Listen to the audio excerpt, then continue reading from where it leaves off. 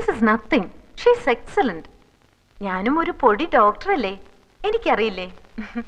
ഞാൻ ഇവിടുന്ന് പോവും മുമ്പ് ചന്ദ്രൻ നടന്നിരിക്കും. പിന്നെ ഞങ്ങളൊക്കെ കൂടെ ഉണ്ടെന്നുള്ള ധൈര്യം വേണം കേട്ടോ. എവിടെ എന്റെ ബ്രദറിൻലോ ആൽഫി ദ ഗ്രേറ്റ്? മോളെ, നീ അവനെ കണ്ടിട്ടുണ്ടാ? എനിക്കറിയില്ലേ എങ്ങനെയാളെന്ന്. അതെങ്ങനെ? ഞങ്ങള് തമ്മില് കൊറേ കിന്നാരം പറഞ്ഞിട്ടുള്ളതല്ലേ ഫോണില്. അത്രേ ഉള്ളൂ. അപ്പൊ നിങ്ങൾ മാത്രമേ അവനെ നേരിൽ കണ്ടിട്ടുള്ളൂ അല്ലേ? അച്ഛനെപ്പോ കണ്ടു? ചന്ദ്രയുടെ കോണ്ടസാക്കാരുമായി വന്നപ്പോ അവര് തമ്മിൽ പരിചയപ്പെട്ടു അത്രേ. എന്നിട്ട് ഈ കളൻ അക്കാര്യം പറഞ്ഞത് ഇപ്പഴാ. ആളെവിടെ? രാവിലെ വന്നതാ. ഡോക്ടറെ കാണണെന്ന് പറയണത് കേട്ടു. ഞാൻ പോയി നോക്കട്ടെ.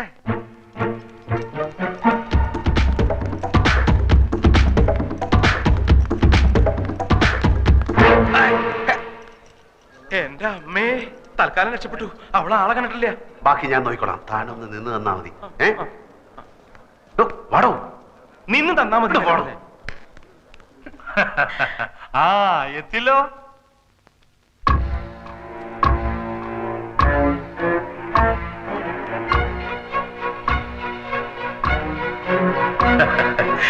ഇതാണ് ഞങ്ങളുടെ ലേഖമോള്.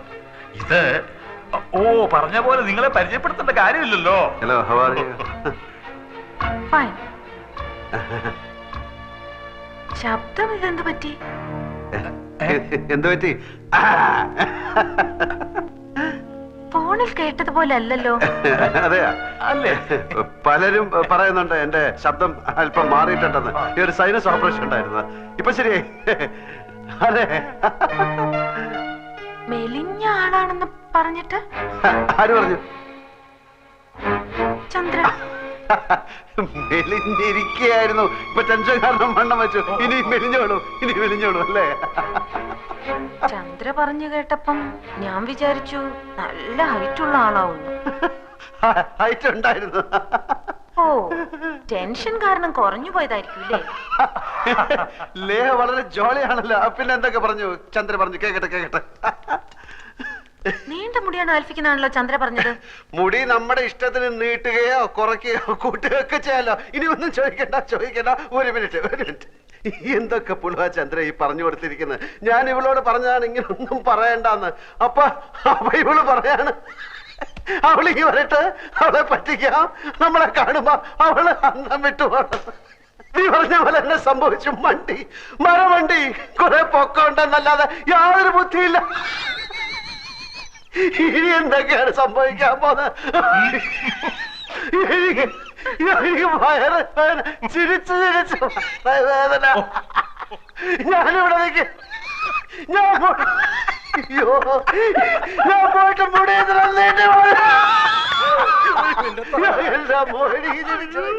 ഇന്നലെ ഒരു തമാശ ഞാൻ കേട്ടു.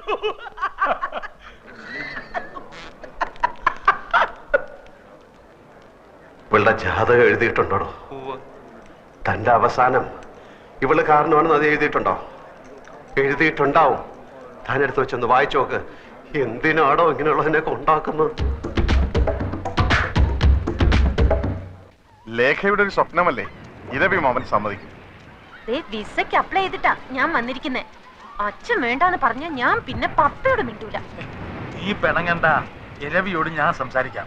ഈ നടപ്പ് ഏതായാലും കൊള്ളാം. കൊറേ നാളായല്ലോ വർമ്മ സാറിന്റെ ദേഹമൊക്കെ ഒന്ന് അനങ്ങിയിട്ട്. തന്നോട് ഒരു കാര്യം പറയാനുണ്ടായിരുന്നു. എന്താ? ലേഖയുടെ കാര്യമാ. അവള് പുറത്തു പോയി പഠിക്കണ കാര്യമാണെങ്കിൽ പറയണ്ട. അതെന്താ? എന്റെ ഡോക്ടർ സാറേ, ഈ സായിപ്പ്മാരെന്ന് പറഞ്ഞ ഒരു സംസ്കാരമില്ലാത്ത ആൾക്കാരാ. ചുമ്മാ ഹലോ എന്ന് പറഞ്ഞാ അപ്പൊ പിടിച്ചു ഉമ്മ നോക്കി. അങ്ങനെ ഇപ്പൊ എന്റെ മോളെ കണ്ണി കണ്ട സായിപ്പ്മാര് ഉമ്മ വെക്കുന്നത് എനിക്ക് ഇഷ്ടല്ല. തന്നോട് ആരാ ഇതൊക്കെ പറഞ്ഞത്? ഇന്നാളെ ഏതോ ഒരു രാജ്യത്തെ പെൺ പ്രധാനമന്ത്രി വേറെ ഏതോ ഒരു രാജ്യത്തെ ആൺ പ്രധാനമന്ത്രി കെട്ടിപ്പിടിച്ച് ഒരു ഉമ്മ. വൃത്തികെട്ടവന്മാര് വെറുതെ കണ്ട അപ്പൊ ഉമ്മ വെച്ച് കളിക്കുക. എനിക്ക് പേടി ഇത് ഇന്ത്യയിലും അങ്ങനെ വരുമോ? വന്നാ ഞാൻ സമ്മതിക്കൂല. എടോ, നമുക്കിഷ്ടമില്ലെങ്കിൽ ഒരു രാജ്യത്തും ആരും നമ്മളെ പിടിച്ച് ഉമ്മ നോക്കാൻ പോണില്ല. എന്റെ പെങ്ങൾ അമ്മുക്കുട്ടി അമേരിക്കയിലല്ലേ? അവളെ ആരെങ്കിലും പിടിച്ച് ഉമ്മ വെച്ചായിട്ട് എനിക്കറിയാവോ? അതേടോ ഇരവി, വളരെ മിടുക്കരായിട്ടുള്ള 1-2 പേർക്ക് മാത്രം കിട്ടുന്ന സ്കോളർഷിപ്പായത്. അത് അവക്ക് കിട്ടിയതിൽ നമ്മൾ സന്തോഷിക്കണം. അവളുടെ ഏറ്റവും വലിയ ആഗ്രഹമായിരുന്നു. തന്റെ മാത്രമല്ല, എന്റെ മോള അവള്. നമ്മളായിട്ട് എതിർക്കാൻ പാടില്ല. എല്ലാവരും കൂടെ തീരുമാനിച്ചാ പിന്നെ ഞാൻ ഒപ്പിട്ടല്ലേ പറ്റൂ. ആ മതിയല്ലോ. Thank you papa. Thank you. ഉമ്മ വെക്കുന്ന അയാൾക്ക് ഇഷ്ടമുള്ള കാര്യമല്ല കേട്ടോ.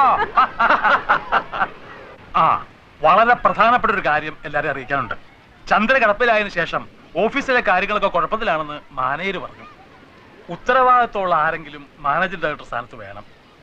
ആൽഫി ഇനിയിപ്പോ അന്യനല്ലല്ലോ, അതുകൊണ്ട് അയാളെ മാനേജിംഗ് ഡയറക്ടർ ആക്കാൻ ഞാൻ തീരുമാനിച്ചു.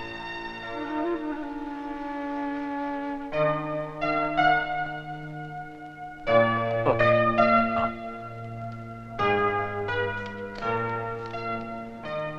വേറെ ആരെയുമല്ല, എന്റെ മകളുടെ ഭർത്താവിനെ തന്നെയാണ് ഞാൻ ബിസിനസ് കാര്യങ്ങൾ വിശ്വസിച്ചേൽപ്പിക്കുന്നത്. വേറെ ആരെയാ ഞാൻ വിശ്വസിക്കേണ്ടത്?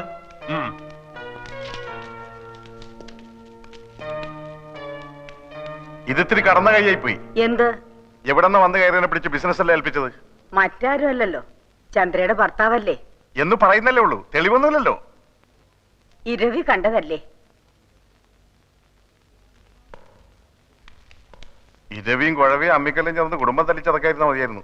ഓഫീസിലിരുന്ന് അവിടുത്തെ കാര്യങ്ങളൊക്കെ നോക്കാൻ അധികാരം കൊടുത്തു എന്നല്ലാതെ സ്വത്തൊന്നും എഴുതി കൊടുത്തില്ലല്ലോ. ഓ, ഇതെങ്ങാനും ചത്തുപോയാ ഉള്ളതെല്ലാം വാരിക്കൊണ്ട് അവൻ പോവും. വെറുതെ അതും ഇതും പറയാതെ അവളെല്ലാം കണ്ടോണ്ടും കേട്ടോണ്ടും കിടക്കുക. ചന്ദ്ര കേക്കട്ടെ, ഉള്ളതല്ലേ പറയുന്നത്. എനിക്ക് അവനെ കണ്ടിട്ട് തീരെ പിടിക്കുന്നില്ല. നിന്റെ പോലീസ് കണ്ണ, അതിന്റെ കുഴപ്പാ. ഒന്ന് ഞാൻ പറയാം, കാര്യങ്ങൾക്കെല്ലാം വ്യക്തമായ ഒരു തീരുമാനം ഉണ്ടാകാതെ നമ്മൾ ആരും ഇവിടുന്ന് പോകുന്നില്ല. വിരലടയാളം മതിയോ? കയ്യൊപ്പ് വേണ്ടേ? ഇടോ, കൈകൊണ്ട് ഒപ്പിടാൻ വയ്യാത്തത് കൊണ്ടാണ് വിരലടയാളം എടുത്തത്. ആൽഫിയെ മാനേജിംഗ് ഡയറക്ടറായി അപ്പോയിന്റ് ചെയ്തിട്ടുള്ള അവളുടെ ഓർഡറാണിത്. ഇത് ഇന്ന് തന്നെ ഓഫീസിൽ കൊടുക്കണം. കോപ്പി എടുത്ത് എല്ലാ ബാങ്കുകൾക്കും അയച്ചു കൊടുക്കണം. പിടിക്കേ. ഇരവിക്കെന്താ ഒരഭിപ്രായ വ്യത്യാസമുള്ളത് പോലെ? ഇനി ഞാനൊരു സത്യം തുറന്നു പറയട്ടെ. ഈ തീരുമാനം എന്താ? അപ്പൊ നാളെ തന്നെ ആൽഫി ഓഫീസ് ജോയിൻ ചെയ്യണം. നാളെ പിന്നെ എതിർത്തൊന്നും പറയരുത്. നിങ്ങളുടെ കാര്യത്തിൽ ആദ്യമായിട്ട് ഞാൻ എടുക്കുന്ന തീരുമാനമാണിത്. ഇപ്പൊ തന്നെ വിളിച്ചു പറഞ്ഞേക്കാം ഓഫീസിലേക്ക്. എന്റെ പേഴ്സ് എടുക്കാൻ മറന്നു. എനിക്കൊരു 1000 rupees വേണമല്ലോ. അത് നീ നിന്റെ വീട്ടിൽ പോയി എടുത്താൽ മതി. കോണ്ടസ്റ്റയുടെ കീ എടുക്കാൻ ഞാൻ മറന്നുപോയി. എന്താടാ മരപ്പട്ടി നോക്കി നിക്കണേ? ഒരു 1000 രൂപ എടുത്ത് ഇയാളുടെ അണ്ണാക്കിലേക്ക് തിരികെ. അല്ല, ഇതിപ്പോ ഇത് കണക്കിൽ എഴുതുന്നത്. എന്റെ അമ്മൂമ്മയുടെ 16 അടിയന്തരം നടത്തി എന്നുള്ള കണക്കിലങ്ങടെ എഴുതിയാ മതി. എനിക്ക് വയ്യ, ഞാൻ മരിക്കാൻ പോവാ. അല്ല, ഈ കോണ്ടസ എന്ന് പറഞ്ഞ കാറല്ല. കാറല്ലടാ. Silence please.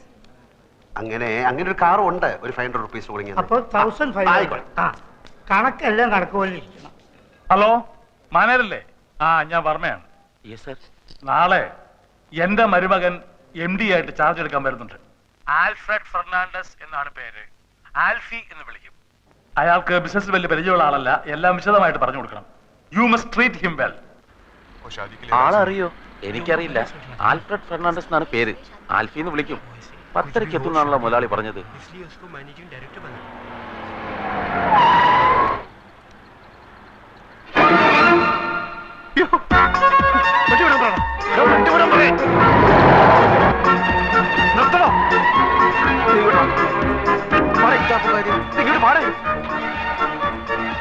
അവിടെ കോട്ട് സൂട്ട് വിട്ട് ഒരുത്തൻ നിൽക്കുന്ന കണ്ടില്ലേ? അവനാ എന്റെ അളിയൻ, അവിടുത്തെ മാനേജർ. ഞാനീ മാങ്ങാത്തൊരു ഓർത്തുമില്ല.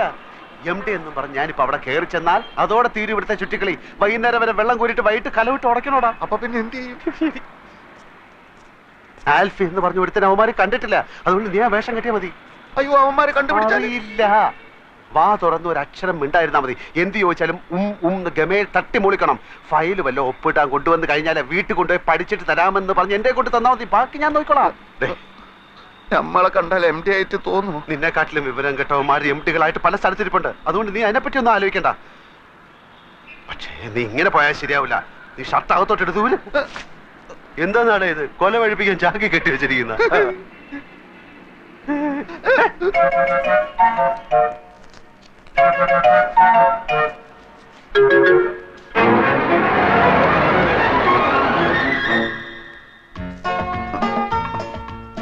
ഇതാണോ ആള്? ചോദിച്ചു നോക്കാം. Mister Alfred Fernandez.